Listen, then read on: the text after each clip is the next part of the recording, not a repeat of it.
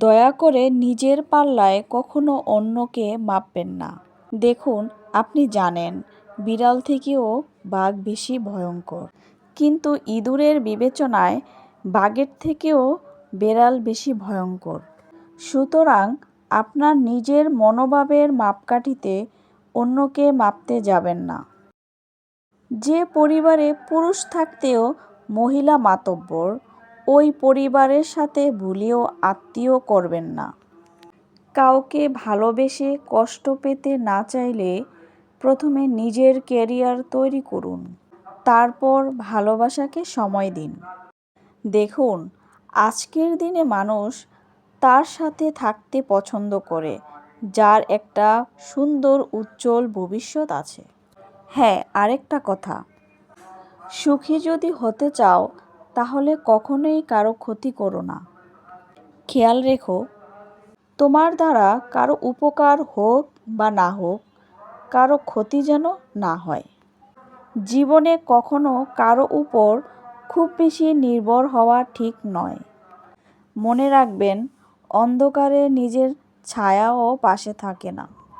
তবে হ্যাঁ, চোখ বন্ধ করে আপনি মহান আল্লাহ পাকের উপরে নিজেকে সঁপে দিতে পারেন।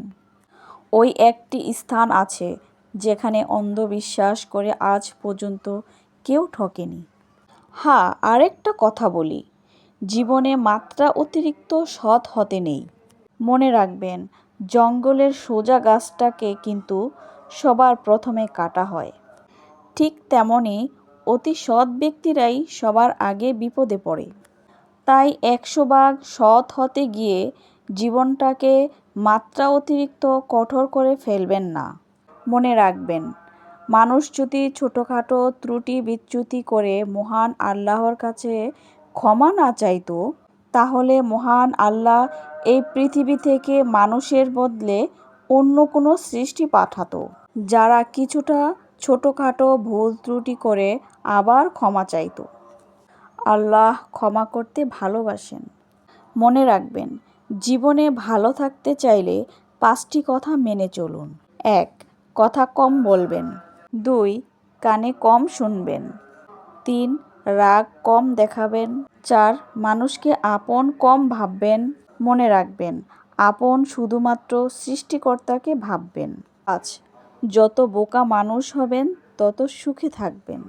মনে রাখবেন, যে যত্ন করতে জানে সে পায়ের জুতোটাও খুব সাবধানে রাখে, আর যে জানে না সে তার হীরের আংটিটাও হারিয়ে ফেলে। মানুষ কতক্ষণ তোমাকে ভালো বলবে জানো? যতক্ষণ তুমি তাদের অন্যায়গুলোকে মুখ বুজে সহ্য করবে। দেখো, গরু ঘাস খেয়ে দুধ দেয়, আর সাপ দুধ খেয়েও বিষ দেয়। বলো তো পার্থক্যটা কোথায়? খাবারে? না, পার্থক্যটা জাত এবং স্বভাবে। পার্থক্যটা আচরণে। বর্তমানে মানুষ সত্যবাদীকে বলে বোকা আর মিথ্যাবাদীকে বলে বুদ্ধিমান।